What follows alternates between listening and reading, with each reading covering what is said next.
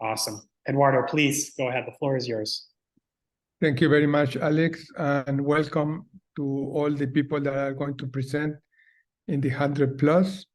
To remind you that the World Urban Pavilion, where you are now virtually, is a global knowledge exchange hub for urbanization and best practices. We want to support, and we have been working with many cities around the world and also in Canada, the implementation of the SDGs. As you may know, we are exactly halfway of the 2030 Development Agenda, and there was a report from the Secretary General assessing progress made in the implementation of SDGs. And results are, I would say, upsetting or alarming, because only around 12% of targets from SDGs had been met so far, and we are half on the way. And something like 50% of other targets are moderated on track. This is important because it shows that we need you and we need your work. We need evidence-based policies, action, decisions, ideas, solutions. We need the creative capital that you have been creating in your cities in terms of innovations. Innovations for us cover a very wide range of things: institutional, community, technological, and sometimes a mix of all of these. We work with the innovations as part of our program, Canada Frontrunner of Urban SDGs. This program aims to understand which are the ingredients of success of your programs, to synthesize, to disseminate them to different mechanisms that I'm going to present to you. And by doing this, we would like to support other cities in the world in terms of understanding how urban transformations are occurring from one specific transformative action like yours. We work with Canadian cities, with communities, with academicians, with social organizations, the private sector, and others. And working on all these, we have created this program that you are presenting, 100 Canada or 100 Plus Canada, that what is going to do is to produce a national report with your submissions, those that were selected, that are presented today. We have, this is the 4th or 5th presentation, Alex, to clarify that. And this national report, what it's going to do is to be a knowledge repository, a best practice repository, a sort of guidelines and lesson learned on what you have done and what you are going to present. We would like to produce also, along the way, a thematic report in which some of the most important areas can be grouped by different teams of responses, of areas of opportunities, of what you are achieving. And by doing this, we will perhaps connect to some physical exhibitions and to the work of the virtual pavilion that was created by the University of Harvard that is going to operate of this. In the long run, and the long run is very important for us and for you, is to note that these reports and the exhibitions that we are going to do as part of the role that the Honorable Minister, Justin Trudeau, is doing as co-chair of the SDGs advocacy group, we can inspire other UN agencies, other cities. We aim to present your own presentations, your own work in the UN system in New York and other places to show how this urban sustainability in different parts of the world is taking shape. And by this, we are understanding that your work is the beginning of a transformation. You have been selected because your project was innovative, it was impactful, it has created new solutions and ideas, and we would like to transform this into models, guidelines, approaches, and in cooperation with other cities. We believe in city-to-city cooperation, in scaling this in city programs, and 100 Plus is the outcome of this in these reports and your work. So we welcome your presentations. Alex has presented the dynamic of how it's going to happen. We will listen and we will comment, and feel free to comment either on the chat or when the presentation will be open. Thank you for your attention. Thank you so much, Eduardo. And we are about to hear from a number of organizations today, 5 to be exact, on setting the foundations for urban transformation and how our presenters here today are creating unique and creative partnerships, public-private partnerships, partnerships with communities that lead to better economic, social, and environmental outcomes for our urban cities and communities as well. Just as a final reminder, I have restricted general permissions of our non-speakers here. Please feel free to use the chat function.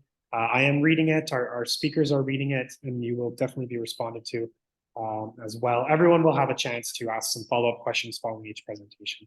I will dive directly into our first presenter now, Jennifer Taves, Senior Manager with the Toronto and Region Conservation Authority, to present on Sustainable Neighborhood Action Program. Jennifer, perhaps if you could just share a little bit more about yourself and also, of course, your program here as well.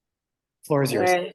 Thank you so much, Alex and Eduardo, for having me here today. I'm excited to share the SNAP program and very excited to also learn from everyone else in the room that's doing such wonderful things. So as Alex said, my name is Jennifer Taves, and I take care of the Sustainable Communities team here at TRCA. That includes our SNAP program, as well as our Partners in Project Green program, which seeks to transform the way that businesses work within the environment. So I'm here today to talk about SNAP. So first off, I wanted to just give a little bit of an overview of conservation authorities for those who may not know. So conservation authorities are watershed-based resource management agencies, where our mandate includes responsibilities and functions in the land use planning and development process. So we restore, protect, and effectively manage impacts on Ontario's water resources, such as lakes, rivers, streams, and groundwater. There are 36 conservation authorities in Ontario, and Toronto and Region Conservation covers 9 watersheds, from Peel Region to Durham Region, and of course, including the City of Toronto. So the TRCA vision is the achievement of safe and resilient communities, and we do this very much in collaboration with our municipal and community partners. So that's our 6 upper tier municipalities and our 15 lower tier municipalities, but also many, many different community partners as well. And what's unique about the TRCA watersheds is that we are extremely highly urbanized. So we're approaching about 5 million residents within our jurisdiction. So the SNAP model becomes particularly important in these areas.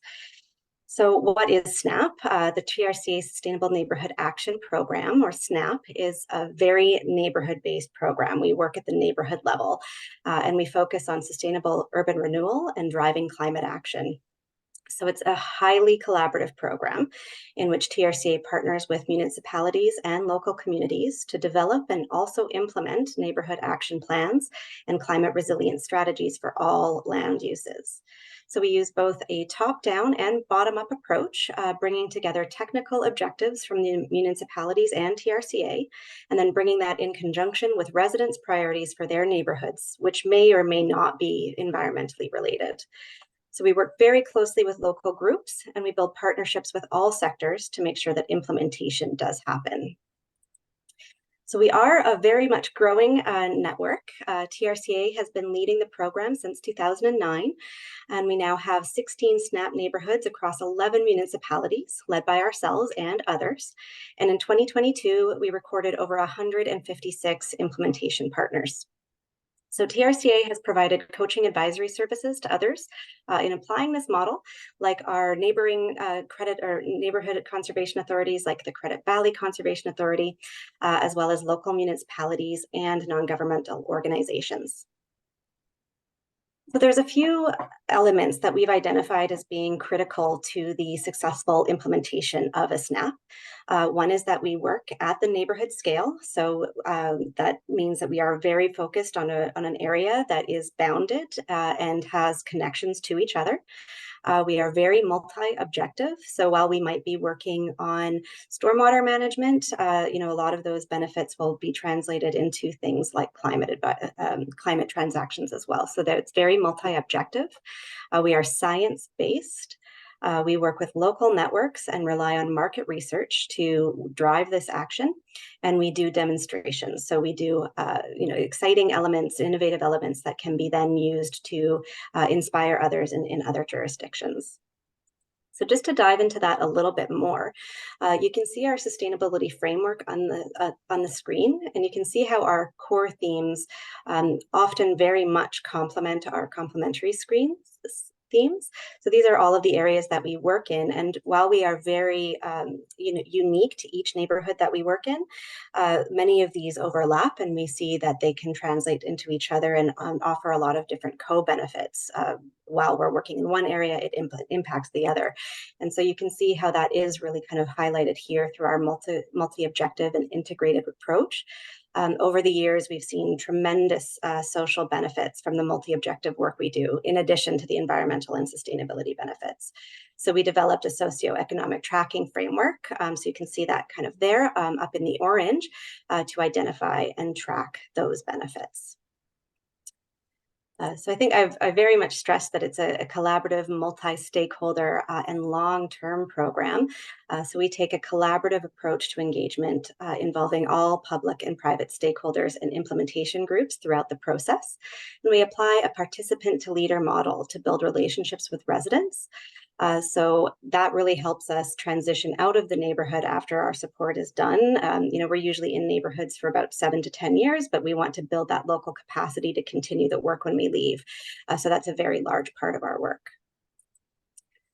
We do strategize very closely with our municipal partners and their objectives to target specific neighborhoods and to make sure that we're acting in the most strategic neighborhoods in the area.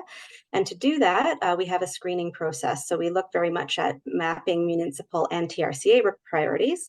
So for example, that could be energy use or flooding or urban forest cover, and poverty. And then working with various city and regional divisions to identify geographical areas where those multiple priorities overlap and that require that intensified action. So once we have the neighborhood in place, we go through our SNAP action planning process. This takes about 1 to 2 years to complete, but we have been streamlining it over the years. And there's very much a focus on co-design across all stakeholders, creating a shared action plan, and it's always action-oriented, involving the implementers in the process. So for neighborhoods that are vulnerable to climate risk, we develop in parallel vulnerability assessment and neighborhood resiliency strategy.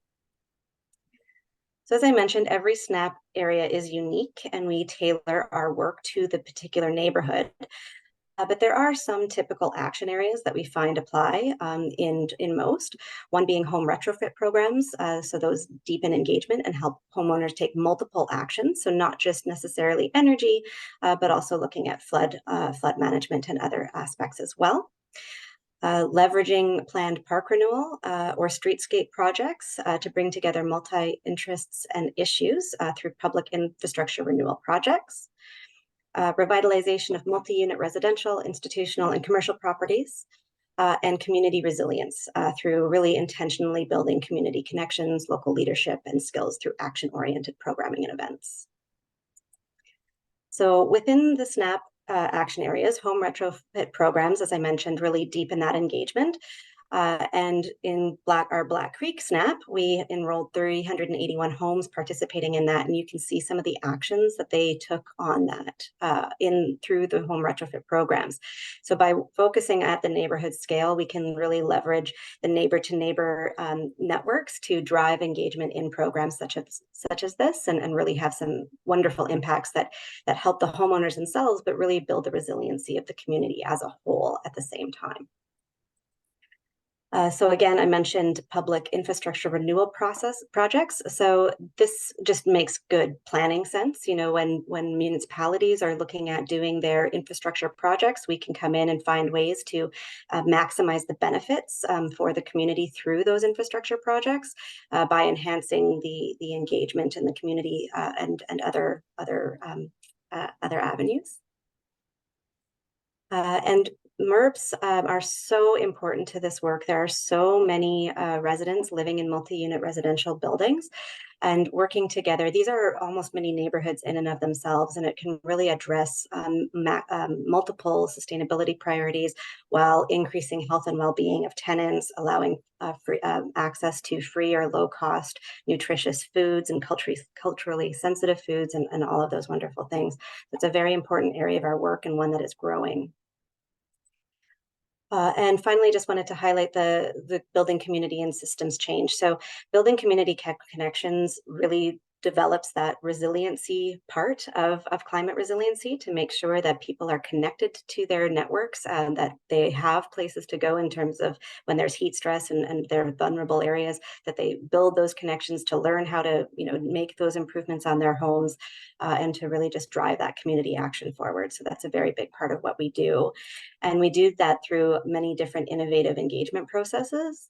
So we do that with a lot of different fun interactive activities. And through the pandemic, we had to learn how to do that virtually as well. And it's been wonderful to see some of those more virtual types of activities complement the in-person planning. And we are very much back to in-person events, which is wonderful, and being able to do that. So I know I'm getting close to time, so I just wanted to share a couple of links. So you're more than welcome to check out our program website. There's a video that kind of highlights some of the work that we do. And of course, there is my contact information up there on the screen. So I will stop sharing and open up for questions. Fantastic. Thank you, Jennifer, and very, very great time management there. Absolutely fantastic. Can I turn it to anybody from the audience? Do they have any initial questions? I see Krishnan. Perhaps Krishnan, if you wanted to ask via voice, I think you have permission.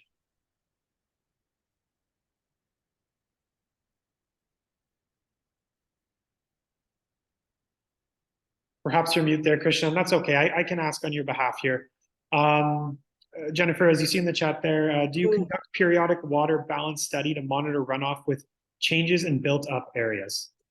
Not currently. We do work very closely with our municipal partners to make sure that those considerations are taken into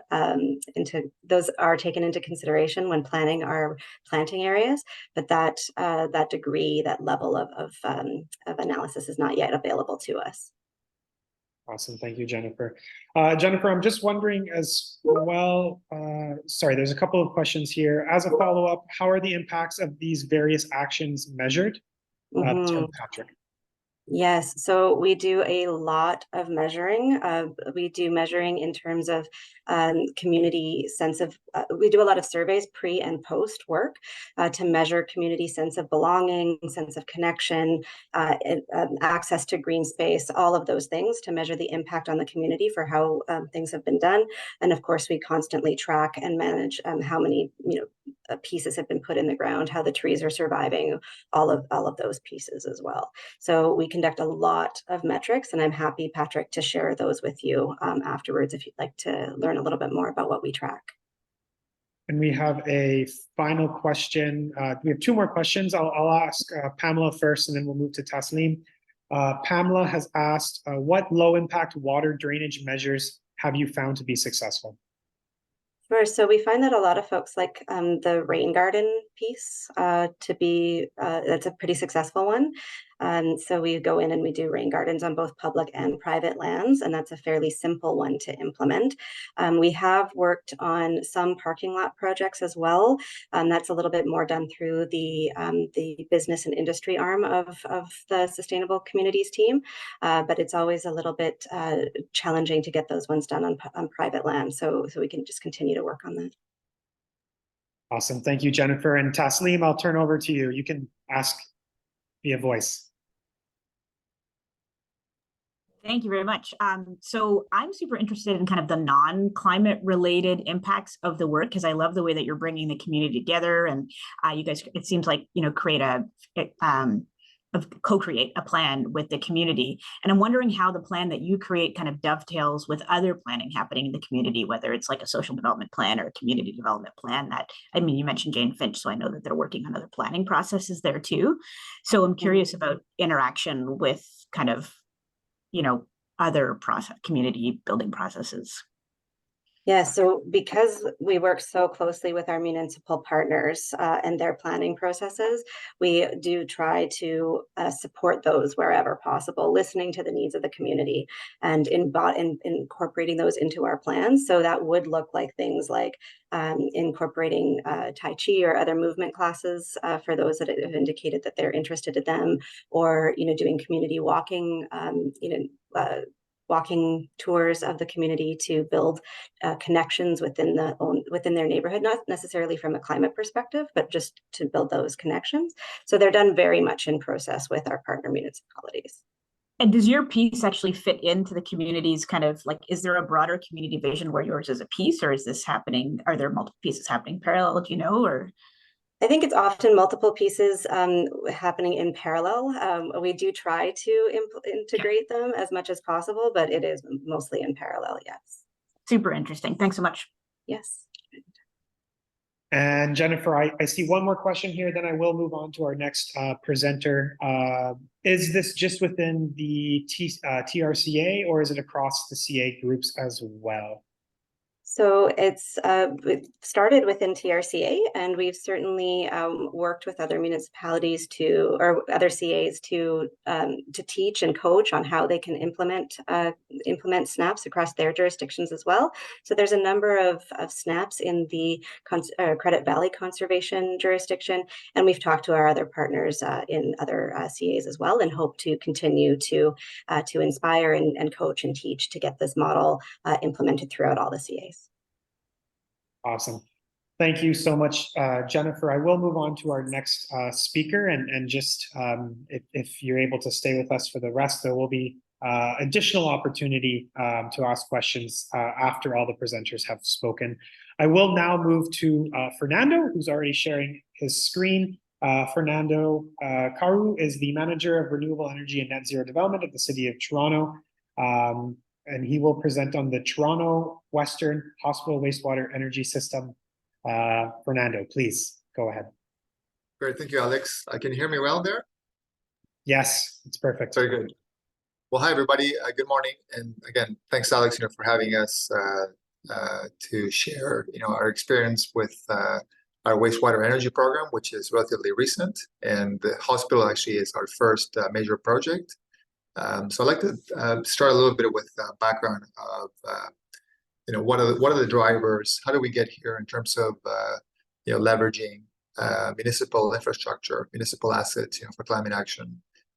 Clearly, the two major drivers actually were our climate action plan, for which I'll show you a couple of slides where buildings represent, the single biggest, source of carbon emissions. And then the idea here that in order to actually replace fossil fuel use, then we need to develop large thermal renewable energy sources. So quickly, you may have, I'm sure you heard actually of our council adopted climate action plan called transformative. It's a very ambitious strategy. It looks to also have benefits. So we don't only want to reduce fossil fuel use, but also actually improve health, grow the economy, and improve social equity as well.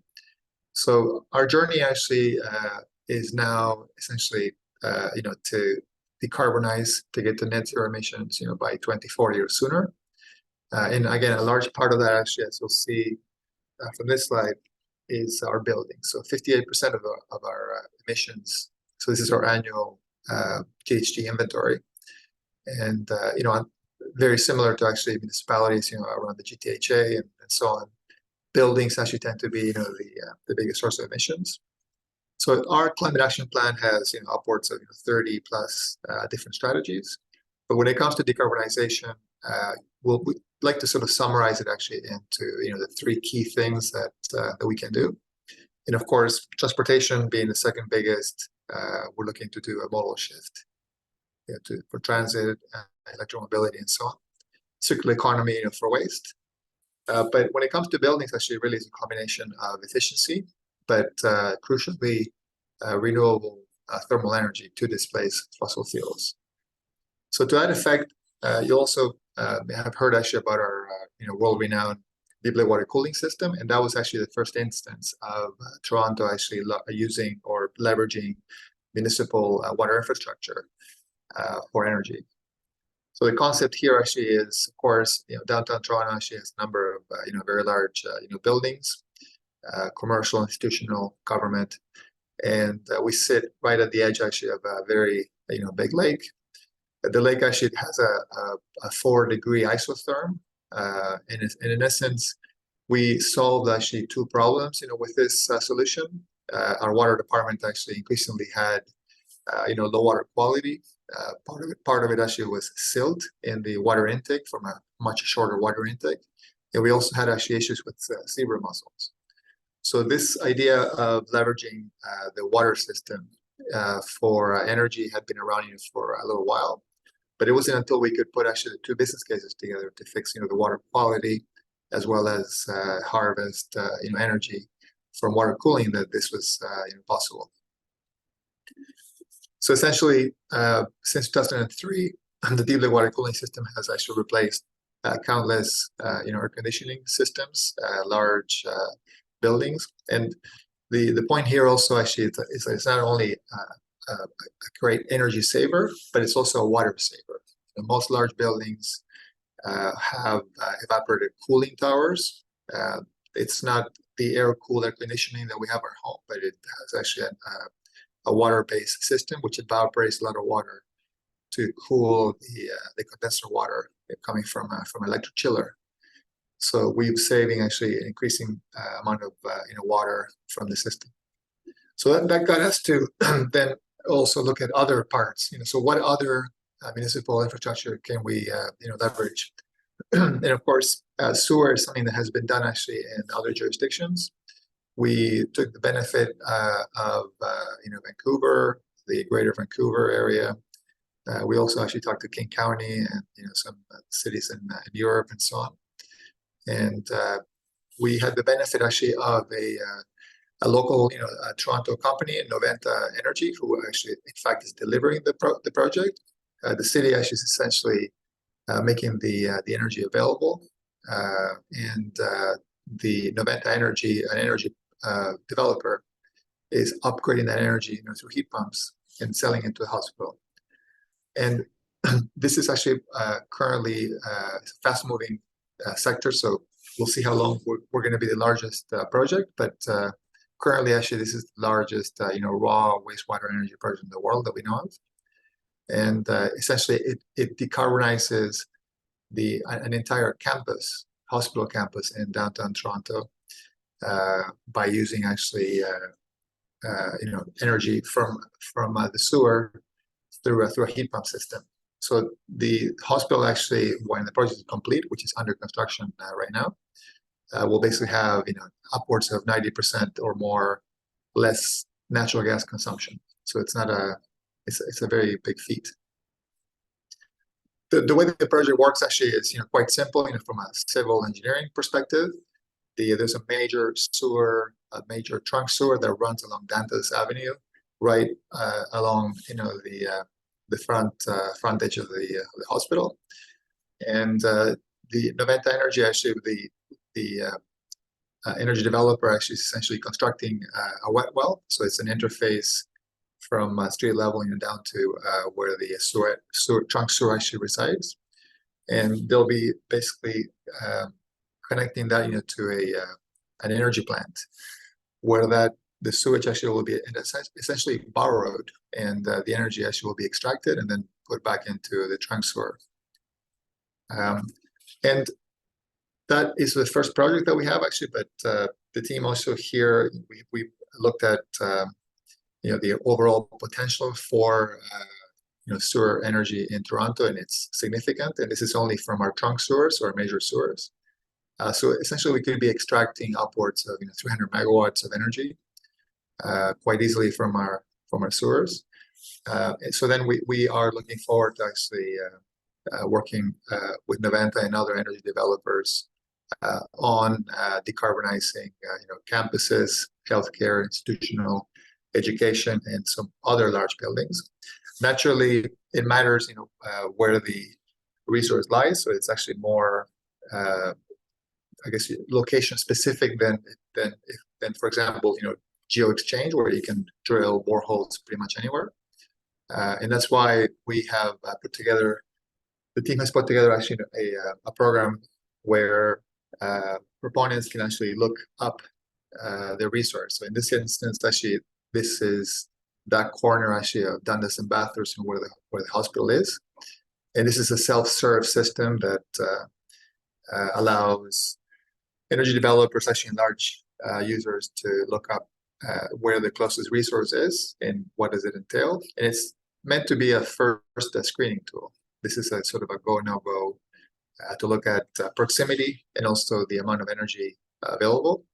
And then we have a process where we intake, conceptual design, and we go through stages, for more detailed information, including actually metering if necessary. And of course, there's contracts that take place, construction and then commissioning that we're going through right now.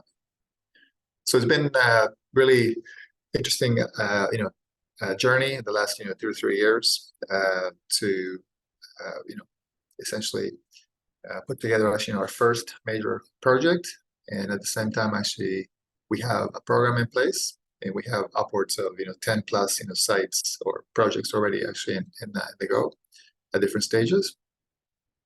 So maybe in summary, the premise here actually is that cities control numerous assets. Think of all the hard assets in streets, property, buildings, wastewater infrastructure. Cities also control actually soft infrastructure, so mapping, information, data sets. And essentially, municipalities were stewards of that infrastructure. So the idea here actually is with the municipal leadership, we're able to actually go from what we call 0 to 1, so to do the heavy lifting to realize the first project. And then the purpose of the program, obviously, is to go from that project to many. So you'll be able to scale up that effort. And then, quite importantly, actually, we had a choice to make in terms of the delivery method. In the case of Vancouver, you may be familiar with the Southeast Falls Creek Sewer Energy project that was constructed for the 2010 Olympics. The city of Vancouver actually decided on a direct delivery. So the water department in Vancouver owns the infrastructure, including the heat pumps, and is the provider of energy to the buildings. And in our case, given that there is actually an energy developer with the expertise and the technology to do this, we decided more of an enabler, which we believe actually it's a system that can scale up more rapidly. So essentially, the city actually works with energy developers and large, customers, but large buildings, to assess the feasibility or the conceptual design of a system. And we have obviously a data exchange and in a staged process that eventually leads, if successful, to a contract. And the benefit here actually is that we don't have to do the project. The project can be done by a third party. It requires no investment from the city per se. We do levy fees for the energy, so we are essentially selling that energy to the building owner indirectly through the energy developer. And it's also technology agnostic, so we'll see how that develops. And those are the highlights. So if you have any questions, I should be glad to answer them. And feel free to contact me if you have other questions and so on. We're working actually with many of GTHA municipalities on this concept, and we think actually that obviously wherever you have a confluence of these trunk sewers, with large development campuses, hospitals, institutions, city buildings. This is actually a great opportunity to decarbonize an economic, cost point. So thanks. Awesome. Thank you, Fernando, for the great presentation. I don't see any questions in chat, so perhaps, oh, here we go. I also have some questions. Maybe I'll ask my questions first. So Fernando, Sure. I'm wondering if you can just dive a little bit deeper into what were some of the contributing factors to one, first implement the initial project itself. I know you talked about kind of the Transform TO and that private partnership. And then in addition, what kind of were the contributing factors and appetite for scaling and replicating the project across these other areas that you've identified? Right. That's a good question, Alex. So we at the Environment and Climate Division of the City of Toronto, we're basically, the innovation team that tries different things. And much like, deep level water cooling was a brand new idea in 2003, we've since actually upgraded and are looking to extend it, into the waterfront and grow that impact. But Alex, it's really all about actually scalability. We try not to work on things that don't scale. And when we work on something that doesn't scale, actually, we generally move on. What we like actually about leveraging actually water, wastewater, water reservoirs. The team is also working on leveraging water reservoirs for energy exchange. These are all actually opportunities to scale and to basically drive that impact. Because remember that the primary objective here of any climate action plan is to displace fossil fuel use, right? So we're in trying to do again that approach of 0 to 1. So do the heavy lifting to do the first one of their kind, recognizing actually that then they can be scaled, and that's what we want ultimately, right? To move the needle on climate, to move the needle actually on fossil fuel use in buildings. We have to actually use these platforms, these strategies that we estimate. Out of these trunk sewers, actually, we could have 20 plus large decarbonized campuses across the city. And then one little tidbit actually is that as many of us know, the decarbonizing or phasing out or replacing sort of fossil fuel, natural gas in buildings, it's all about heat pumps. And the beauty here, or the elegance, is that tapping into the sewer essentially avoids what would traditionally be the technology of choice, which is geo-exchange. So essentially you're avoiding a very large well field that would have been required to decarbonize a large hospital by tapping into the sewer. So it's a great opportunity to leverage existing infrastructure and achieve the climate goals of the city. Thank you, Fernando. And I think that leads into a good transition from the question from Taslim here. If there are specific pieces of work that the city is doing in the 0 to 1 stage that it will not do in the 1 to many stage. Yeah, so we try to think actually. Yes, we necessarily actually get much more involved actually in the 0 to 1. Yeah. And the reason actually is that doing the first one is extremely hard. Because again, it's trying to get the stakeholders aligned, trying to get actually the value proposition outlined, and sometimes I can share with you actually that this project started at a different hospital initially, so we had to move locations, right? So yeah, the 0 to 1 actually is the one where we actually really go all in. And try to actually wear many hats. As the project actually started, it was more of a conversation. Then we got into actually some conceptual calculations. Then we got into now the heavy financials. Then it looked back to technical in order to support the detailed, costing, right? So it was probably about a 2-year journey, and all that actually underlined, I guess, by legal agreements, right? So the city has a legal agreement with Noventa Energy for the purveying of energy, and then in turn, actually, Noventa has actually their energy provision agreement with the hospital. So now the beauty of that actually, the 0 to 1 actually, is that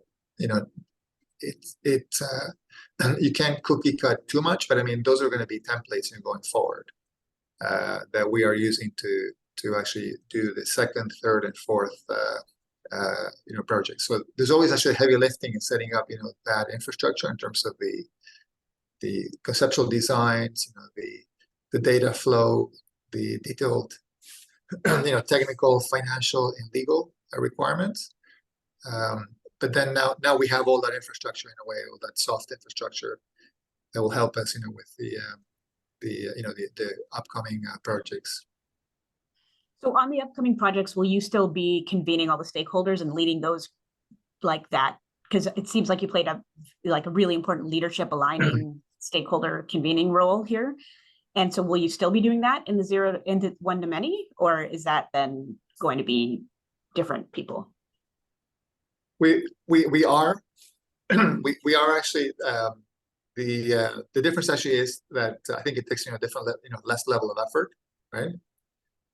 So I think that we haven't done that yet because the project is under construction. We've done actually 1 or 2 tours. We had a tour with the deputy mayor a couple of months ago, and I think actually like anybody of us sort of around the call today, you recognize actually the value of having the first instance and be able to actually tour and demonstrate that it was possible. Because in the beginning, actually, these things look quite impossible, right?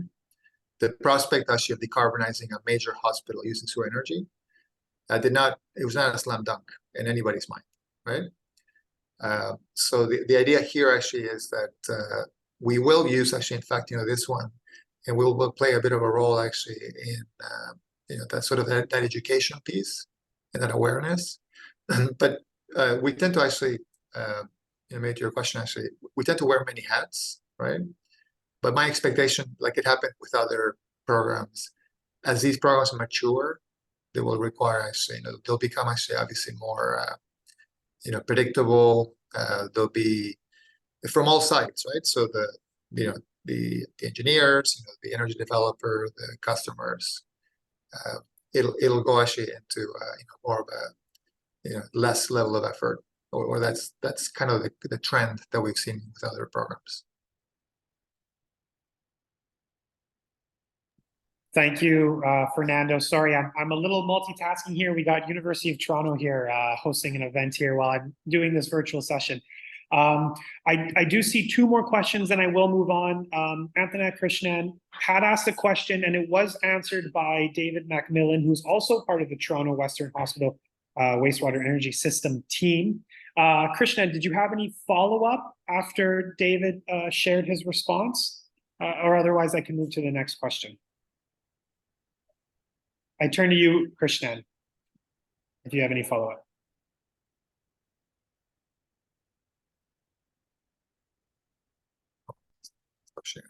Hello, I didn't have any question. It was answered, Krishnan, yes? I didn't. Can you hear me now? Yes, we can hear you. Yeah, I was just wondering, about the, the retrofitting. Instead of retrofitting, I'm wondering, are there subsidies given to builders or the standards being introduced so that the new constructions really abide by the low carbon requirements for the buildings of the Canadian standards and all that? Yeah. Yeah. So good question. So as you may appreciate, actually, anybody that's been in this space for a while, actually, programs actually do change, do come and go. So what we try to do actually is fully utilize whatever is available at the time, right? So in this instance, for this project, it did get benefit of the Canadian Infrastructure Bank, both granting and funding. So it was actually a formula with a small grant actually, and then a low interest loan. to Noventa, who is actually delivering the project. So yes, the economics actually were quite favorable, from the get-go, and they become even more attractive because another actually aspect of this project, actually, the hospital itself had to take on a retrofit of the building in order to take a lower temperature energy. So they had to actually do a conversion from steam to hot water in some parts of the hospital. So that support from the Canadian Infrastructure Bank actually went a long way in making it all possible. Okay, thanks. Awesome, thank you. And one more question. Sorry, go ahead, Christian. No, that's fine. Thanks. Awesome. So just one more question here, and then I will move on to the next speaker. We are making good time. So a question from Patrick Shields. Where are you guys going to? City. Sorry, I think I have some feedback here. Awesome. Does the city have a model that optimizes benefits of the interaction of these city public assets to the public realm? For the public realm, I'm not sure I understand the question. The public realm, you mean actually sort of the streetscape? Perhaps I'll ask Patrick to unmute himself and he can further clarify. Patrick, I think if you can actually expand a little bit on the question. Yeah, I mean, I guess let's say within the context of, let's say, affordable housing. So you would have some surplus lands. You look at where the location of that versus, let's say, this wastewater. So as the city has all these different assets, is it incorporating all those assets to see what the overall benefit could be? You could, if that's the case, then there's savings on that energy. So it's that optimization process, if you will, of all these different assets. I appreciate that you're on the innovation side, so it's the driving the ideas, but ultimately it has to be incorporated into a lot of different elements. So I was just curious within that innovation process if there was any initiative to look to optimize all of these things. Yeah, no, okay, I understand your question now, Patrick. Yeah, for sure. So this concept actually sort of the large concept of leveraging city assets, in this instance climate action, it has been used for other city priorities, of course, right? So as no surprise, actually we have big pressure on affordability of housing in Toronto, transit.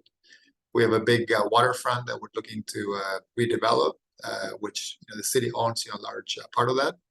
So you're quite right, actually.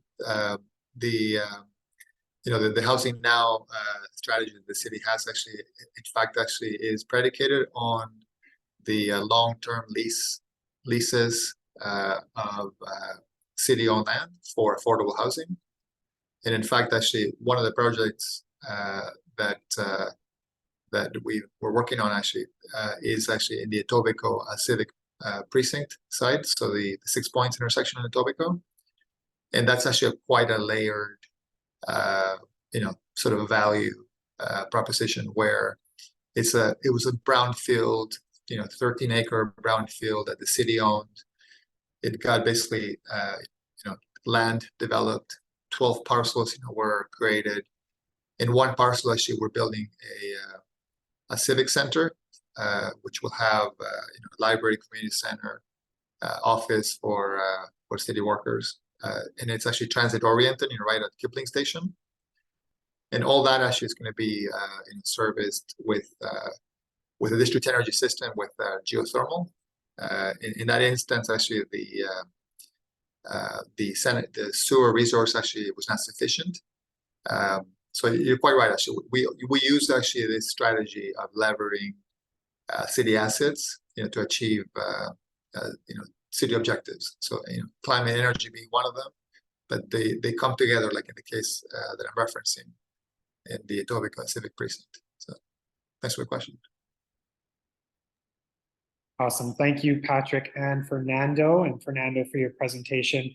I will move on to our next speaker and continuing this trend of public-private partnerships. We will hear from Taslim Thawar, Director of Strategic Initiatives from United Way Greater Toronto, who will speak on the Inclusive Local Economic Opportunity Initiative. Taslim, the floor is yours.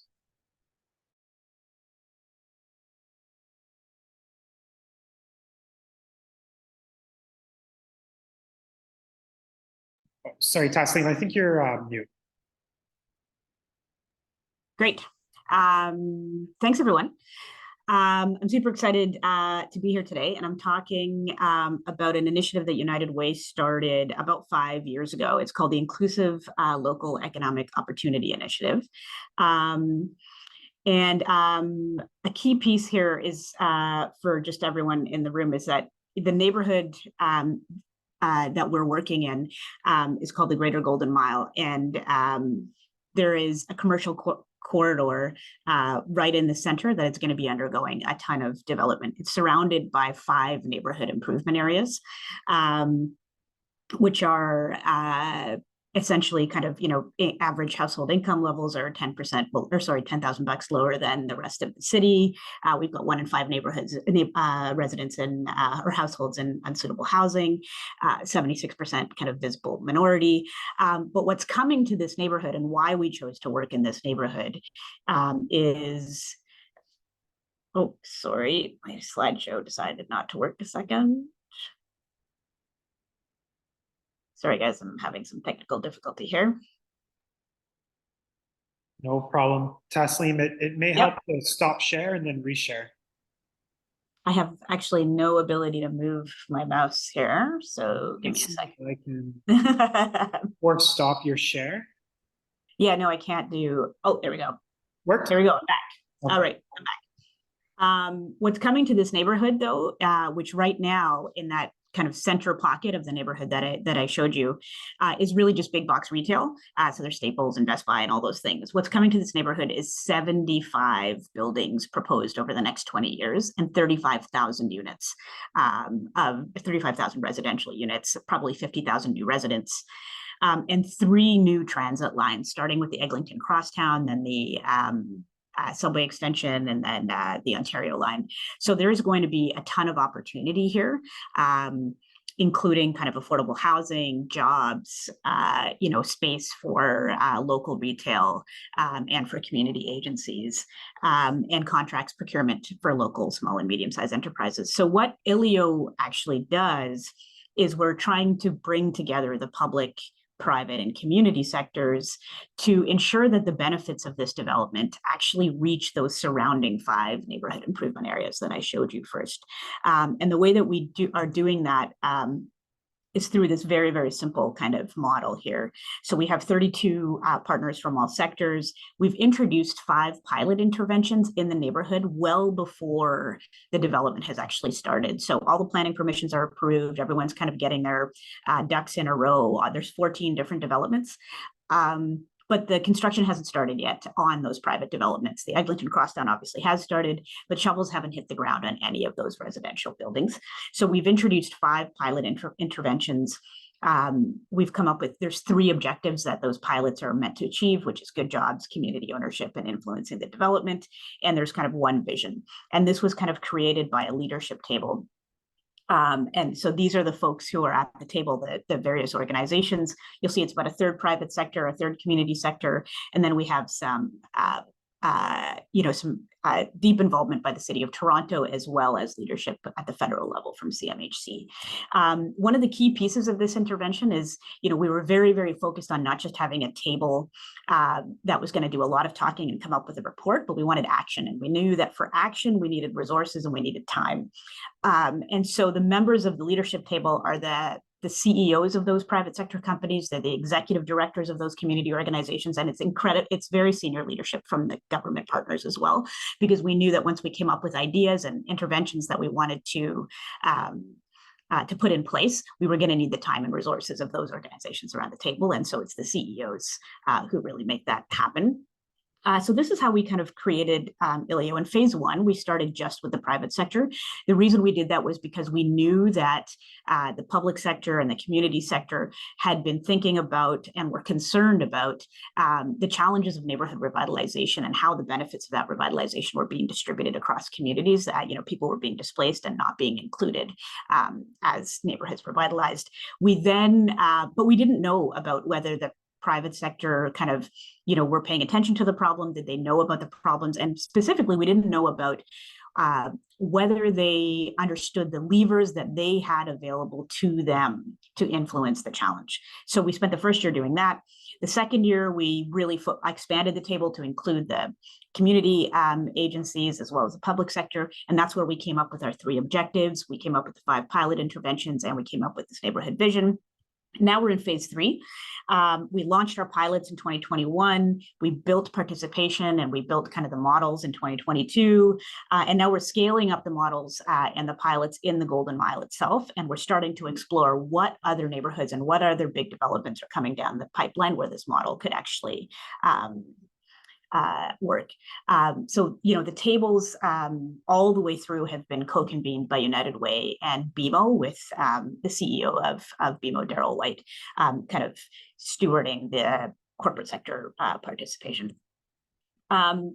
All through those past 5 years, we've actually had a parallel kind of piece of work happening on the ground with community agencies. And so our United Way's Neighborhoods team has been working with local agencies, residents in the neighborhood, so 700 residents, around 20 agencies, to really identify with the community what are their priorities from the development. And so all of the work that Ilio is doing is really aligned to what the residents identified as their key priorities in the neighborhood. And here's kind of what the structure looks like today. We have this leadership table where all the CEOs and the EDs and the senior kind of government leadership sits. There's actually 2 mobilizing entities. One is a corporate charter. So all those CEOs have signed on to the corporate charter, where it outlines actually the levers that they have available, including things like inclusive hiring and inclusive procurement, fair wages and benefits, tailored products and services, et cetera. And then we have a community-focused entity called the Center for Inclusive Local Economic Opportunity. And this is founded and created by 10 local community or 10 community organizations that were working in and around the neighborhood. And so, the corporate folks meet on their own kind of, on their own volition. They meet 4 times a year, where those CEOs kind of talk about what their companies are doing and what they're learning and how they could replicate or how they could invest, differently. And then the agencies meet through CEO every couple of months to talk about, okay, what do we need to do in the neighborhood to make sure that the residents are going to be equipped for the opportunities that are coming. The Center for Inclusive Economic Opportunity is also a 51% owner of one of the pilots, and I'll talk about that in a second. United Way continues to play the backbone function, and that's why I was asking about the 0 to 1 and 1 to many, because we're on our 1 right now, and we're now starting to think about new neighborhoods. So we're starting to think about, as we move to new neighborhoods, how do the roles maybe change? And then we have kind of steering committees or task forces for each of the pilots. Each of the pilots was co-created by a multi-sector. Like, first, the idea was come up with by the leadership table, so the CEOs of those organizations. They then dedicated their own kind of staff and resources to those pilots. And those pilots are now kind of stewarded right now in the Golden Mile by us. And here's just a very basic introduction to kind of the 5 pilots. So the first pilot is the Aecon Golden Mile joint venture. This is actually a construction company that is 49% owned by Aecon and 51% owned by the community. It does right now hydrovac services, buried service wire work, and is starting to do traffic control. We have about, this is 19 residents, but I think we're up to 21. So we have 21 kind of residents hired. We've got 5, I think we might be up to 6 clients now, and just over $500,000 in revenue. Our expectation is that over the next 3 years, we're going to be kind of at least $10 million revenue mark, and probably employing close to 80 residents from the community, both in kind of, direct labor positions, but also starting to do construction management and more back office functions. So this is really interesting because Aecon really provides the the training, they provide the capacity, and the knowledge of how do you do, big bids and all of that stuff. But then all the folks working on these projects are really from the neighborhood, and that's all managed by the community agency. So they do the recruitment, they do pre-employment training, they do pre-trades, apprenticeship training. And we have kind of locally delivered locally delivered construction training in the neighborhood that's fully provincially funded, that basically flows directly into our company. So that's kind of ACON Golden Mile. The next pilot is ILEO Good Jobs, and this is really focused more on the professional, administrative, technical jobs and not the trades jobs, because we know that of the 19,000 jobs coming up in the neighborhood, there's going to be a good mix. This one is actually piloted by Sun Life, and IBM helped us to create the model. But this is really where we work specifically with a company, and then based on the data that we have on the residents in the neighborhood, we try and identify roles where we know that there are kind of either high turnover or hard to recruit for roles. And then we kind of try and do a mix and match with residents in the neighborhood, filling the gaps with training. So for our pilot, we've focused on disability claims positions at Sun Life. And we're slowly going to be moving right now into more development focused roles as we get closer to the construction in the Golden Mile. So we're looking at real estate accounting and building operations. But really the focus is to take kind of, residents who are maybe, 2 to 4 months away from being ready to do some of these professional, administrative, technical roles. We focus training that's co-created and co-delivered by the company and a community agency on a very specific role, so that when these folks are being trained over those months, we know exactly the kind of work that they're going to be doing. The training is delivered by the company itself, and then we place folks. They get interviewed by those companies, and then hires are made. In every instance that we've done this, the company has always hired more than they say they're going to hire, and then we've also been able to place other people with in other related roles within the company or elsewhere. So we're now focusing on mapping out what's actually happening over the next 20 years on those in each of those 14 developments, so we can identify what opportunities are coming up, how do we place some strategic bets on what investment and training we want to make in the neighborhood for residents so they can take advantage of those opportunities, and then we'll work with the developers to create a curriculum that makes sense on the professional, administrative, and technical side. So in total, through this program, as well as through independent hiring that our charter companies are doing in the neighborhood, there's been like 117 folks hired. Storefront Starter is retail. It's a retail pilot where we're focusing on emerging entrepreneurs in the neighborhood. They do kind of get up and running kind of training, 8 weeks of training. And then we set them up in marketplaces. So last year they were in the Golden Mile over the course of the summer. And this year they're going to be, we're taking residents from the Golden Mile, and for part of it, they'll be in the Distillery District over the course of August to really give them kind of the opportunity they need to connect with clients and purchasers of their products and to test their business models. They're also going to be in the Golden Mile, we hope, at the Golden Mile Shopping Center, and plus in some other places around the city. But the purpose here is really to invest in kind of local entrepreneurs, so that as the neighborhood develops, they're not going to be they won't be so far behind, because they will have tested their products. That maybe they can work together to find a retail space. We want to make sure that these folks are kind of being supported. So we've had 27 entrepreneurs supported to date, and we're in our second year right now. Inclusive procurement. So this one is, largely not off the ground yet, apart from catering and art procurement. But we're really kind of, we have a list that we've created in partnership with the City of Toronto of small and medium-sized enterprises in the Golden Mile. We're now narrowing that list so that it's, very construction and development focused. And we will, then be looking to identify what are the procurement opportunities, where are there matches in the community, and then how do we support either those small businesses, how do we support both the small businesses as well as the construction companies and developers to create some really good local procurement matches. Affordable housing. So this is the most complicated and the most long-term pilot that we're working on. We have 3 streams of work here. So first is local asset innovation. So we've worked with the city and with CMHC to really find out, what are the local assets that we can innovate on. So, building affordable on top of a community agency. So we've got, we're pursuing a couple of different lines of thinking here in terms of leveraging some of those assets for affordable housing. The second piece is on retrofits. So, there are, I think, 15,000 legacy units surrounding the Golden Mile, the Golden Mile corridor. And we know that even if we get affordable housing in the new development, if we lose those legacy pieces, we're going to be further behind.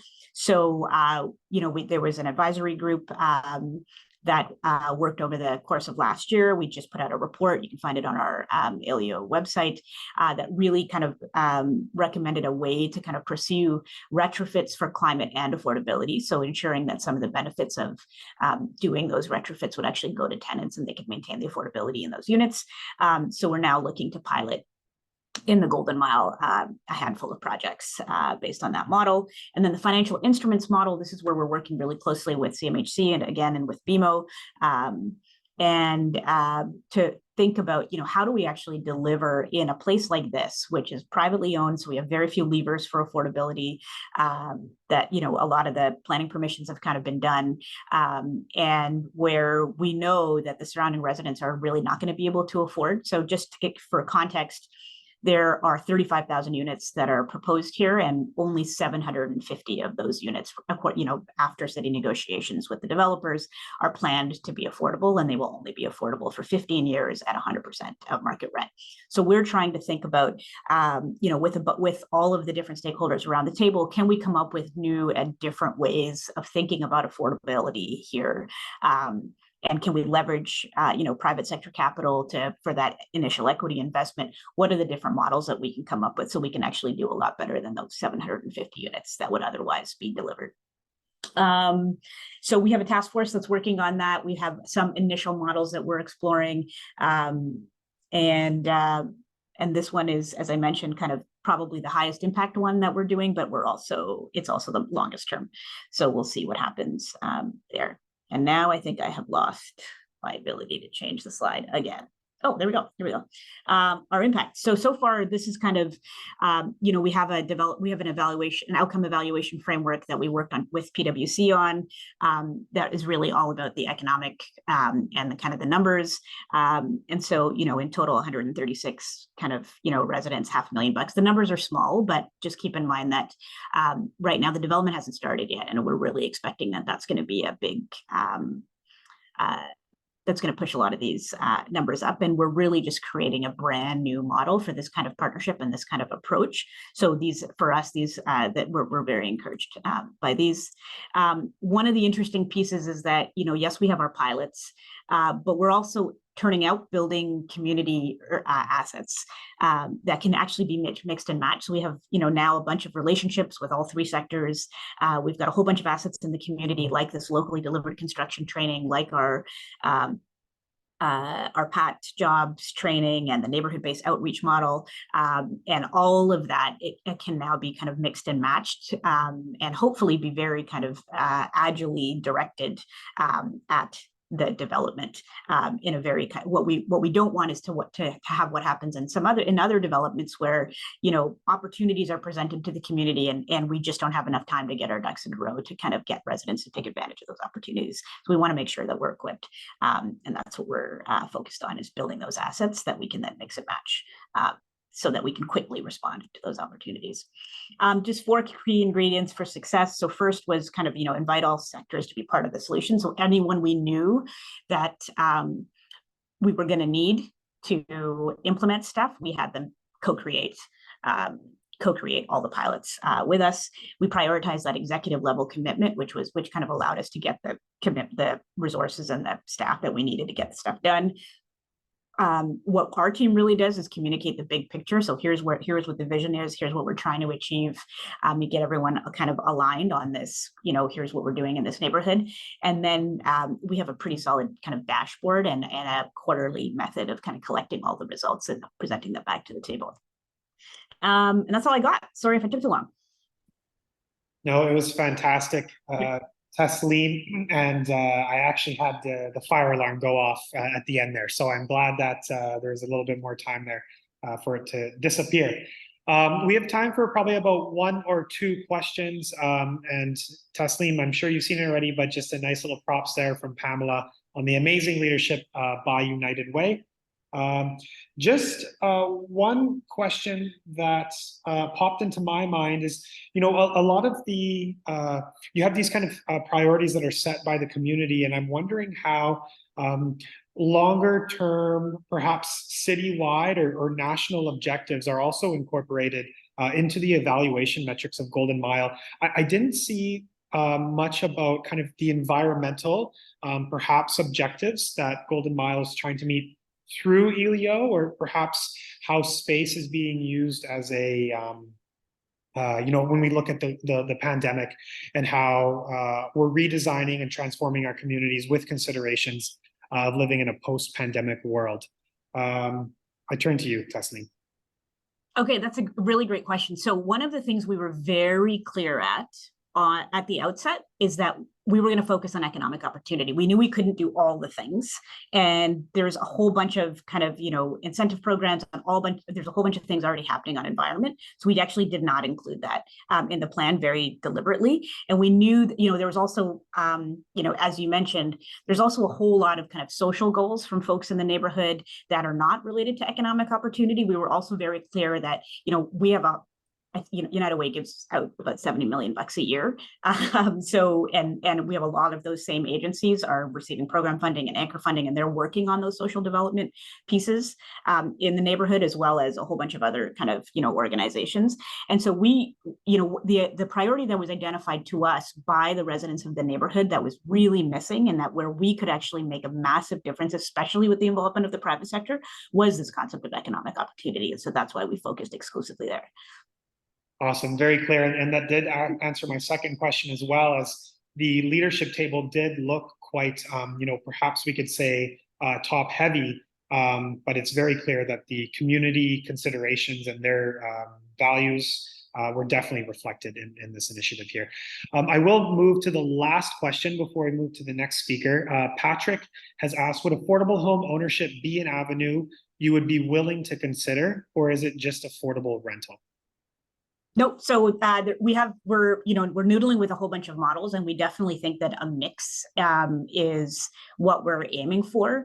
One of the models we're looking at is kind of a affordable home ownership, like shared equity model, and then there's another model that is really focused on its affordable rental. But you know, there is a huge diversity of residents in those surrounding neighborhood improvement areas. And so there's not going to be one model that is going to be able to kind of meet the needs of all of those residents. And we're not kind of pretending that we're actually going to be able to meet any of these needs. What we're really focused on is, can we use the opportunity of the partnerships that we have around the table to pilot a handful of different models in this neighborhood, especially given that we have 14 different developments and each of them have 1 to 4 phases. So we have a number of opportunities here to really pilot something new and different. And our focus is really going to be on scaling too. So we want to pilot models that we can scale.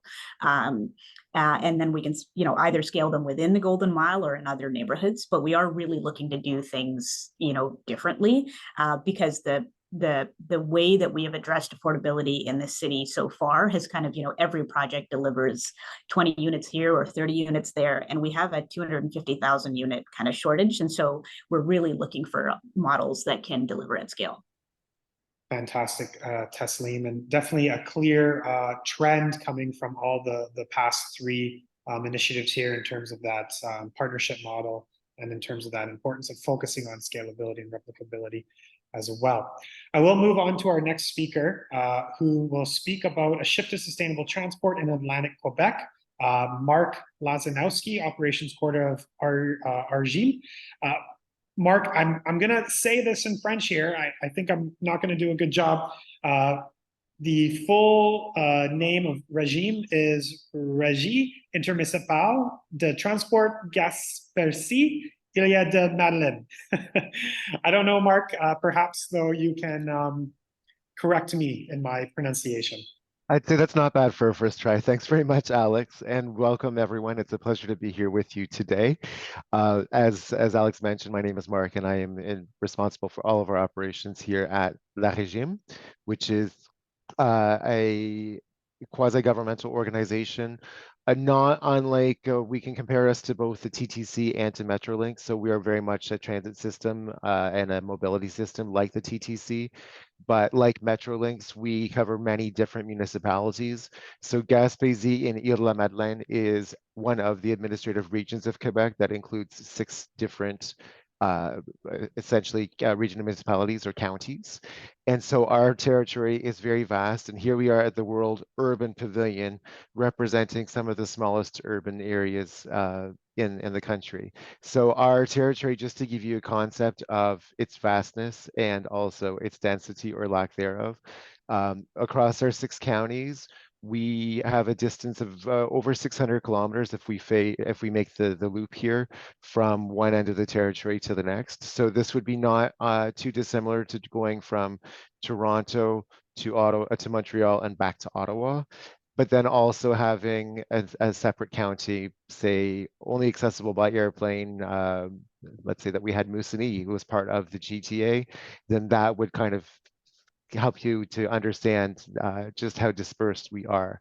Our territory has a population of about 90,000 residents, so we're on par with about Peterborough, but we're spread out across the equivalent of all of Eastern Ontario, which certainly does present some challenges, but also some unique opportunities for us as well in terms of being able to provide a transit solution and a mobility solution that is both that responds to urban needs in our context of urban, as well as the rural nature of our region.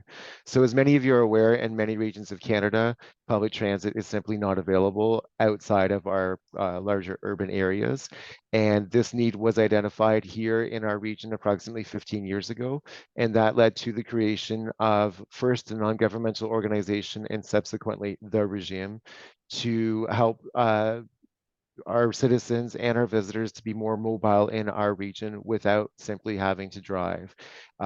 We are generally quite fortunate in one sense because we all, or most of us, live along the same axis, which is Highway 132, the road that makes the loop of the peninsula and ultimately continues all the way to the border with New York State and not far from the border with Ontario.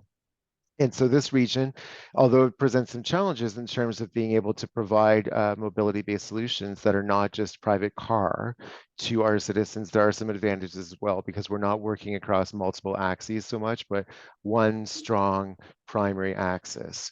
And so since 2010, we have been providing public transit services, such as you would find in the city, but in our rural region, connecting the various municipalities. There are approximately somewhere between 3 and 4 dozen municipalities just on the peninsula here, which vary in size. The largest of these municipalities is a fused municipality, is Gaspé.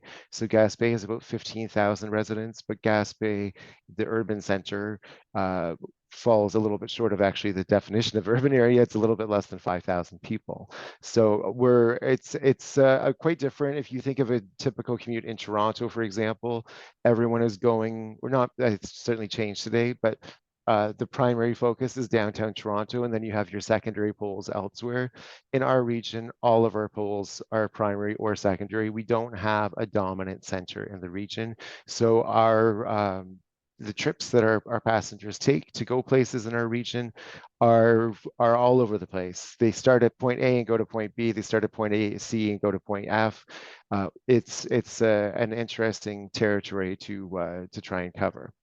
And so as I mentioned, since 2010, we have been providing this public transit service along a rather vast network of routes through the region. Now you see these routes, and if you're looking at your TTC map, it's not exactly the same thing. Most of our routes here cover a morning commute, an afternoon commute, perhaps a midday or a couple of midday runs to help our residents be able to access services other than just full-time jobs. But we are obviously also, due to the vastness of our territory, somewhat restricted. Our most popular route, for example, connects several communities, but it runs 100 kilometers from end to end. So not unlike certain long GO Transit routes in the Golden Horseshoe. But what we do see there is that it means that we have to be very optimal in our use of resources. We are very fortunate. As I mentioned, we started as an NGO, but have since moved into a status as a quasi-governmental organization. So we respond to a board that is made up of elected officials from each of our 6 regional municipality counties. And as we move, as we developed this system through the initial years, we saw that there were other gaps in mobility that remain to be filled. So our organization has been very innovative over the 13 or 14 years of its existence to really respond to the needs of all of our residents and our tourists, or as many as we can, as our visitors, as many as we can through our various services. So of course, we're in Quebec, so everything is in French. But just to give you an idea, we started with, at the base, collective transport, public transit. We also have now taken responsibility in terms of, there are many reasons for this, but one of them is certainly efficiency. We're responsible for the paratransit in 3 of the 6 regional municipality counties that form our territory. And as other opportunities become available in the remaining territories, we look at taking those on as well, so that all of our transport can be brought together under a single umbrella. In fact, today it is the case that we receive, I would say, most of the calls from most people who are looking for most transport solutions in our region, even if it's not actually us that provides the solution. So there is Orleans Express, for example, which is a once daily in each direction coach service that connects us with Quebec City, which is 6 to 9 hours away, depending on where you are in a territory, or Montreal, which is 8 to 12 hours away, depending on where you are in the territory. At the base, we're able to sort of serve as an information hub as well for everyone, even for those services we don't provide. More recently, we've moved into a couple of other projects that are quite interesting. So you see here, trajets spéciaux, these are special trips. So as I mentioned, many of our buses are in service in the morning and then subsequently out of service until the evening because there is not the demand necessarily for the service in that particular corridor. So we render those buses available to the general public as well. They can essentially charter the buses, and that allows us to set up additional routes. So we might sometimes charter a bus for a round trip for a group that wants to attend an event. And while they're at that event, we might be able to set up another service that while the bus is waiting, so that the people who live near that event can go somewhere else in the territory that might not already be served. So we really look to maximize our use of all those resources that we have as well.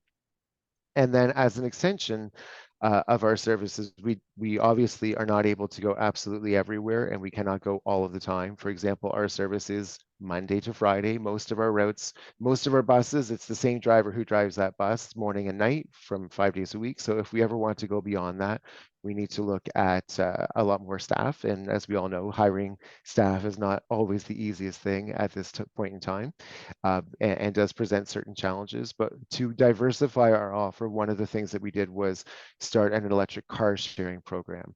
So we have in our network, in I believe 8 different municipalities, we now have 11 different electric cars that are available. So generally these vehicles are reserved for use by the municipalities during the day. So different municipalities have signed on to and a partnership with the regime to make this program happen. And so the vehicles are reserved primarily for the employees during the daytime, and then they become available to the public to rent at approximately $7 an hour, $70 a day outside of the office hours. And in some locations, these vehicles are available 24 hours a day. But this really helps to connect many of our citizens and our visitors with points that are not connected to our network, or that are, if they're looking to go, for example, at the weekend when we do not run most of our routes. And then this year, we're going to take that to another level. We're just in the process of implementing right now an electric vehicle, an electric bicycle sharing program. So this is a 100% electric bike share.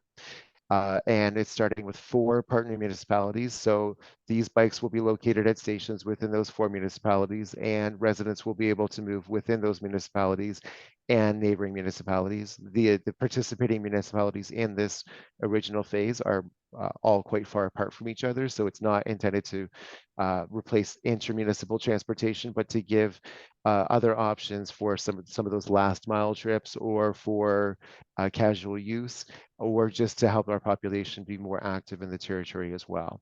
So we've also developed this year a brand new application in conjunction with a local enterprise that will allow our drivers to run their routes on their buses. So on a tablet that's on board the bus, that allows our passengers to make reservations, because since we don't have a bus at every 10 minutes, we do offer reservation service as well to many of our customers, and some of our routes actually run on a reservation only basis.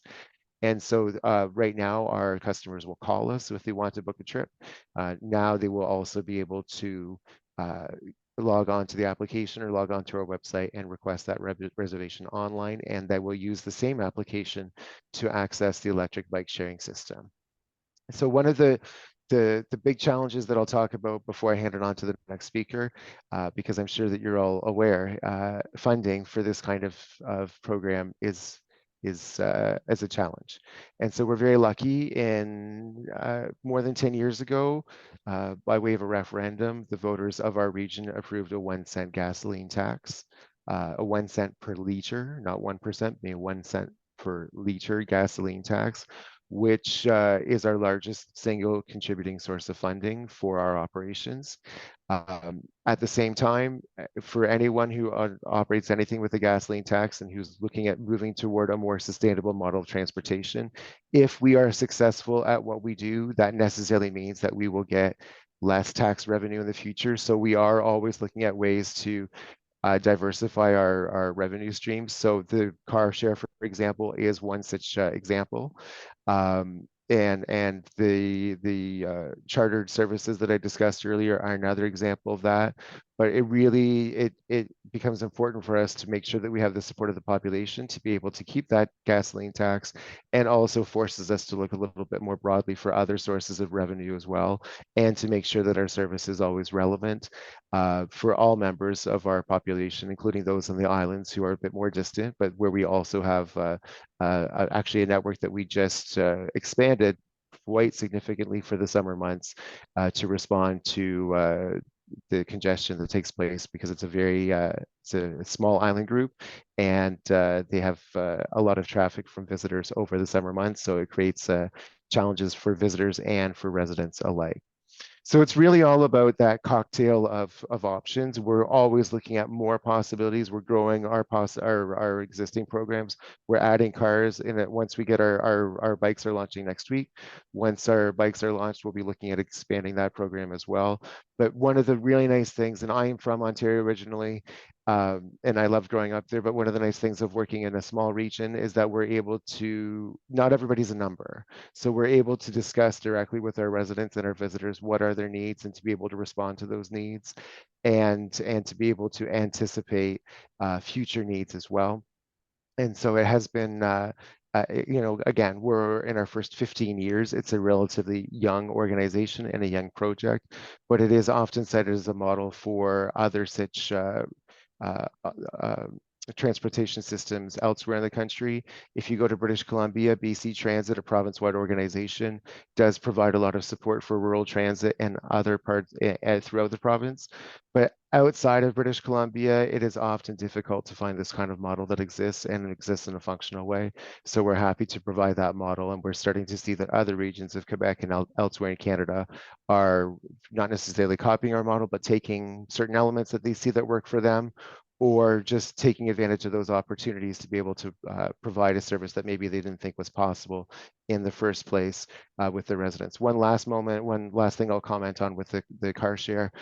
In a subsequent phase, we'll be moving past just being able to rent the car for a few hours at a time or a day at a time, but also we'll be able to connect our residents through a car sharing and ride sharing platform.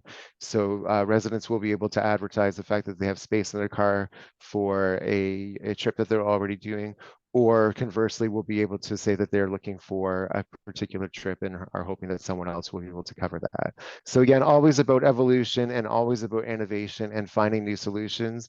It's an interesting region in which to work. I love living here and I love working here. And I'm excited that we're sort of on the forefront of bringing a very important feature of urban life to a region that straddles the boundary between urban and rural. And I'd be happy to welcome any questions if there are any. Thank you so, Mark. Definitely clear the innovation that's happening there, and absolutely love the presentation. Very innovative itself. First time we've seen that model at the 100 plus event series here. So definitely will be taking that back home for myself in the future. Just in regards of questions, we have time for probably about two.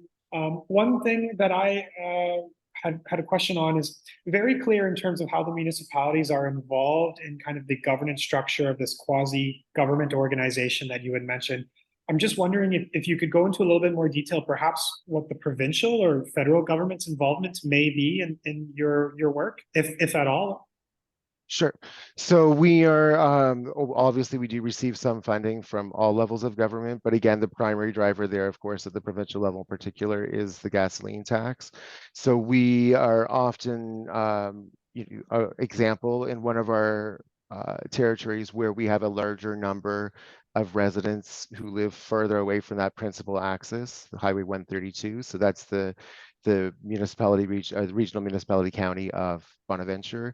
So we have more residents who don't live close by. So we are working on a program that has funding from multiple levels of government to be able to broaden the access to that to our services to the areas that are a little bit further away from that primary axis.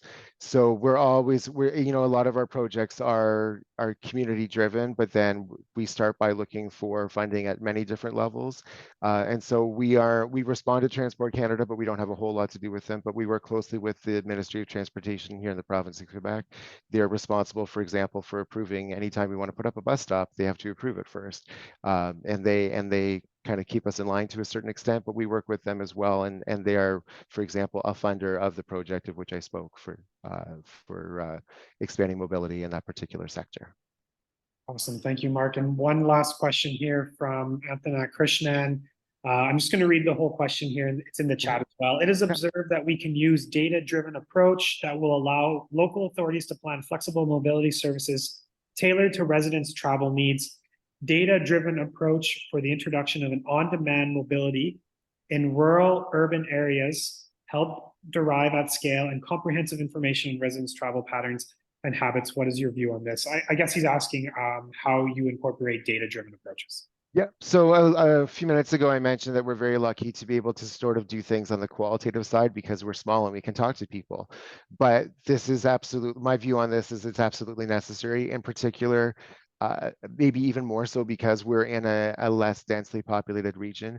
So I talked about that new application that we're developing.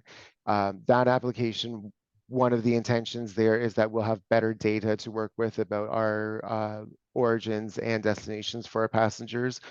We don't do it by, it's not by automatic detection, but we actually ask from all of our passengers and we record not only where they embark, but where they disembark as well. So we have a clear idea of the trips that our passengers take.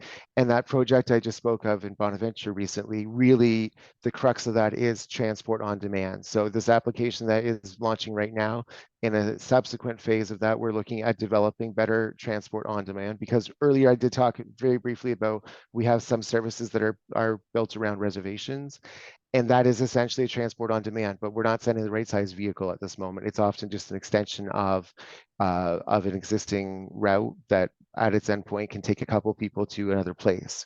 So we're looking at building a more robust system, in particular in this municipality or this county that has people living across multiple axes that will really help us to be able to offer not just a better service, but to be able to offer the service at all in that sector. Awesome. Thank you so much, Mark. And we will move on to our last and final speaker now, who I am quite excited about, Francine Mvobu. who is the chair and president of Mothers to Daughters. And Francine will speak about legacy building, apprenticeship, and guiding lights. Francine, please, the floor is yours. Thank you so much for having me, Alex, and good to finally meet you. I don't think we've met before, but great opportunity. I will start with sharing my screen as well. So, can everyone see it? Yes, Francine, but we do not see full screen.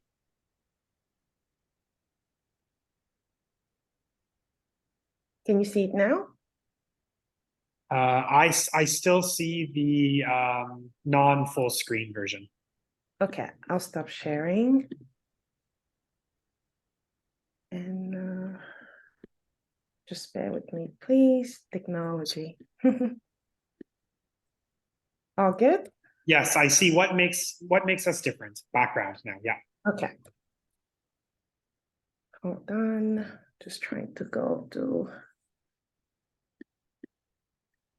Great. So just like Alex said, my name is Francine Vumbo, really honored to be here, and I am representing this intergenerational community, Mothers to Daughters. It really reflects my story as a woman and as an immigrant in Canada, because intergenerational connections have made my journey easier.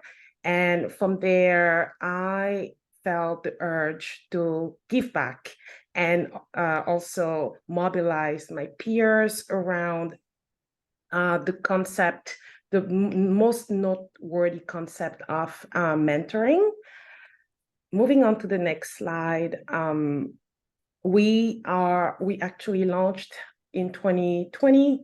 It's been about 3 years now, including the challenges of the pandemic, but we really focus on all these different items you see on screen, and most importantly, our programs. I'll get to those in a few minutes, but we really bring all women together, and most importantly, from all generations, because I firmly believe that behind every successful woman, there is a woman behind her, and we leverage diversity. Driving urban transformation obviously stems from economic, social, and environmental foundations, and SDG 5, which is gender equity, is one of the most important we focus on in our community, just to drive this change in the city of Toronto and beyond. As I mentioned, 2020, we became a nonprofit in 2021. And our vision is really to help women rise to leadership functions more in society. We're all aware of the gender disparity that women suffer, or are victims of, I should say, not suffer, but we are in our cause and our mission and vision really hoping to close that gap as much as we can. And in the past 3 years, I can say we've had quite the momentum. Now, there's also been a few opportunities and challenges. I'll start with opportunities. There's been, further to the pandemic, the need to connect people in a more, I'll say, consistent way, just because we lost touch with so many during the pandemic. It's just a rising trend on mentoring opportunities, events that bring women together. Those are all the stats we use to actually launch programs, because when we founded Mothers to Daughters, we were looking at creating events, most importantly, that will still bring many generations together and bring women and offer a space for them to exchange and learn from each other. Further to that, to what happened and transpired in 2020, we're not exactly able to create those events. We use virtual spaces, but from that virtual space, we figured there's a better need, which is to get programs and really connect those women in a more granular way. Now, challenges are, we as a nonprofit obviously don't generate any profit. We rely on sponsors and partners in a fashion or another. And we also struggle with on and off engagements from community members. Just again, thinking of 2020 and 2021, hosting virtual events as prominent as it was at first, we also saw a decrease in engagement because of the pandemic fatigue, or the virtual fatigue, I should say.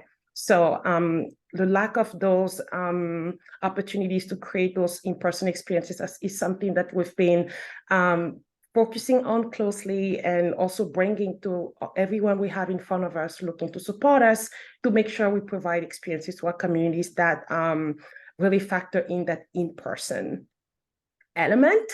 Now, moving on to our programs, the foundation of our programs is obviously mentoring, as I mentioned in the beginning, and we're really looking to boost minority representation, speaking of women at management level in various sectors, just for the management aspect of things, which encompasses all industries.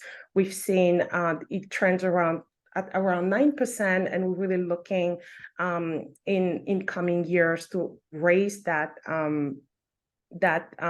quota to more to about over 20%.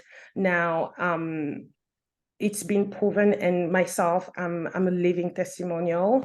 I would not have been able to evolve, whether in my professional career, because I am a finance professional, beyond owning this community, I would not have been able to really move up the ladder if it wasn't for that mentoring piece. So important for us and for me to really make sure, as an immigrant, the mentoring programs that we have, and as a woman as a whole, are actually tailored to each and every need from an immigration perspective, and just from a woman needing support to get to those management roles.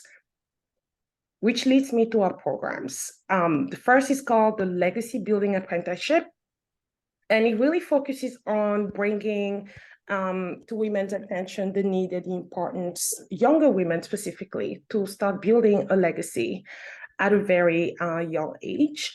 We service all generations, starting with women aged at least 18 years old, because the adulthood component is really important. We may change as we evolve into including high school teenagers, but as of right now, those are the people we serve, and it goes all the way to 80.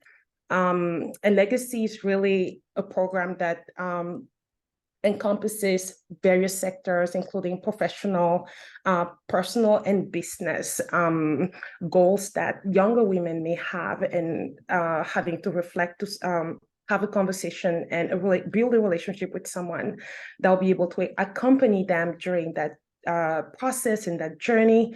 Guiding Lights program focuses on integrating newcomers in Canada. I was a newcomer once, and I know how challenging it can be in the city of Toronto to actually break through if you don't have that Canadian experience. So we've taken it very personally to introduce industry experts to those newcomers, and I'll get into details now, starting with the project Legacy Building Apprenticeship.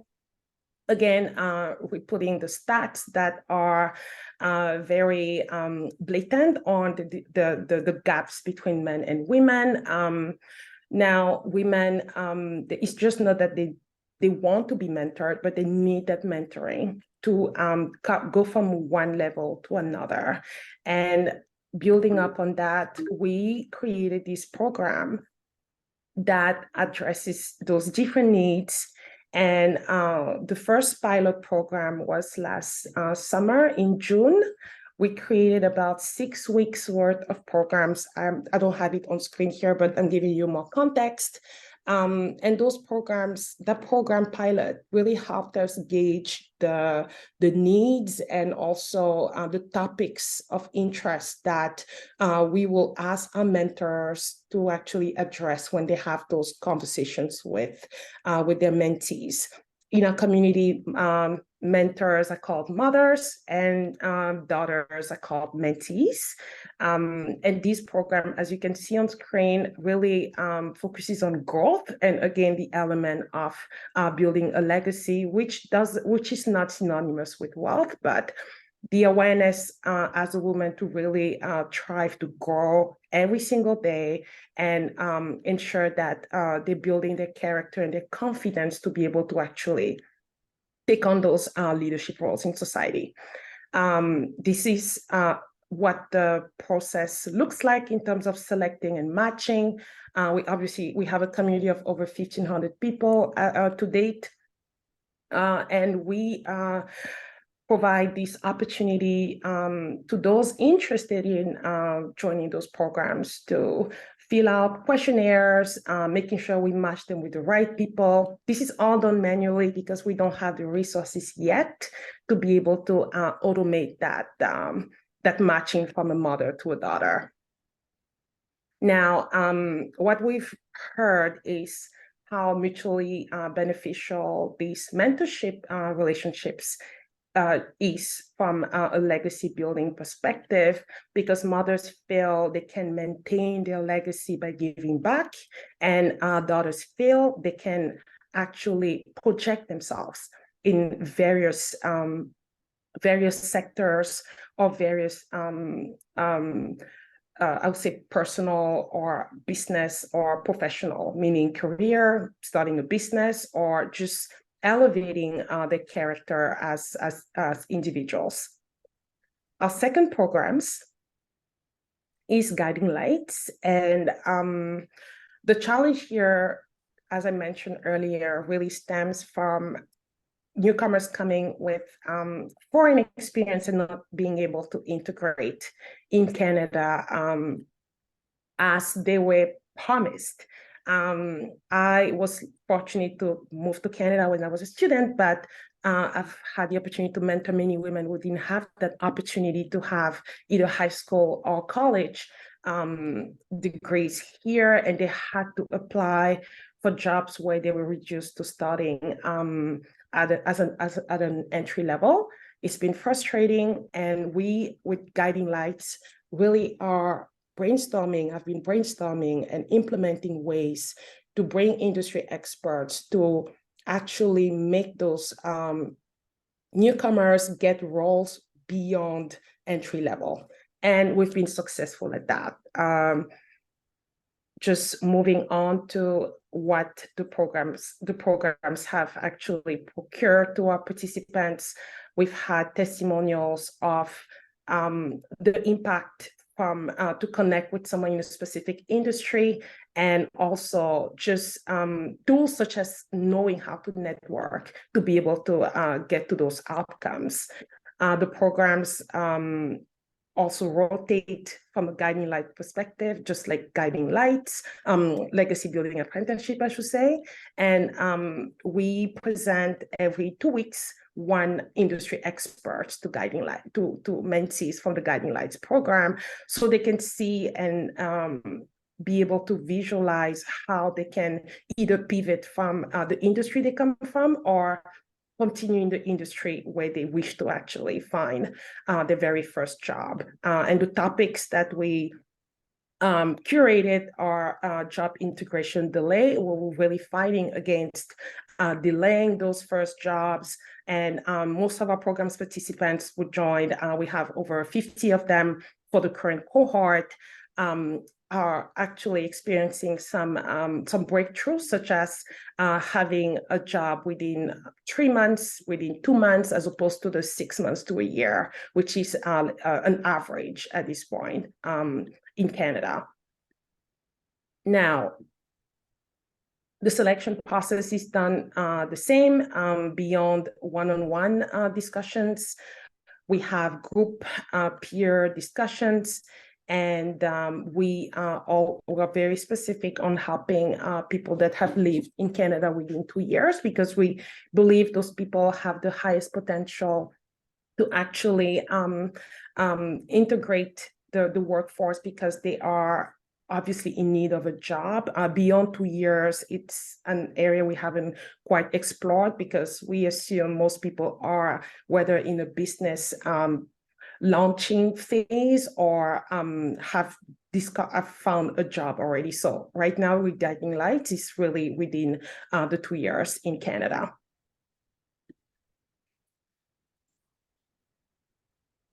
Again, this program really, from a personal and from the consensus at Mothers to Daughters, is really geared towards helping that integration, and also introducing networking that's often very foreign to people coming to Canada for the very first time. To engage our participants, we use a mobile app. It was launched this year. And this mobile app, again, not being funded, it's something we took a leap on, because we believe in creating a database of contacts of individuals, like-minded individuals that will be able to exchange experiences and really help each other grow in that sense, whether it's a personal endeavor, business, or professional endeavor. We've leveraged partnerships as well. Those are just a few of the partners we have. They've been able to recommend more participants to our programs. They've also been able to do some joint events with us where we've had some success. We celebrated our 3 years anniversary back in March, and we had over 150 people attending, and they all come from different groups. As you can see, we have seniors. We are also partnering with some corporations. We have Equitable Bank, for instance, being the main sponsor for that anniversary. But we obviously need more, because, as I mentioned earlier, virtual experiences can, post-pandemic, only go so far. So we are very conscious of creating workshops in person that will bring our participants together so they can know each other and reinforce the needs and expectations they have to make their life in Canada better. And that's exactly what I was talking about before. So the collaboration element has been a big one, and I firmly believe to transform a city, to transform a society, partnering and having that community outreach, and also having corporate and government bodies involved is really what could help some organizations such as ourselves to really thrive and continue this work to help women, especially focusing on that intergenerational piece. And as we look ahead, we want to make our programs available throughout Canada through corporate and government bodies partnerships. We want to include some STEM programs. In this specific program cohort, which is the third one since the pilot, we are finding a need because of the rise of digital savviness. We have more demand for STEM focus experts. We have more demands for those topics as well. So that's the next phase for us as we're looking to launch our programs early 2024 to look for ways to actually bring all those different backgrounds and also further to that, hopefully start tapping into high schools and be able to help younger women have access to education. Which leads me to my last slide, which is where really we can continue this conversation and really bring people more awareness around what we're trying to do with Mothers to Daughters. I believe that we need the allyship of men, obviously, to continue closing the gap for gender equity.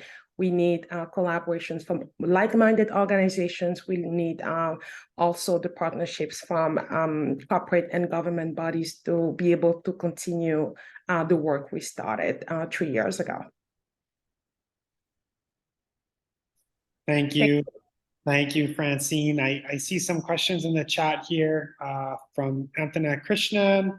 What about mentoring women entrepreneurs, accessing loans to finance to start businesses? Are there other organizations in Canada that perhaps you're considering collaboration with in this regard? We are looking at collaborating with Elevate and the Forum. They are bigger organizations with more resources. And currently, we don't necessarily support entrepreneurs, but with the network we have, we actually present a forum where they can help each other. Entrepreneurs can help each other. There's obviously no access to financing, but this is something we're looking to develop as we're looking at the next phase.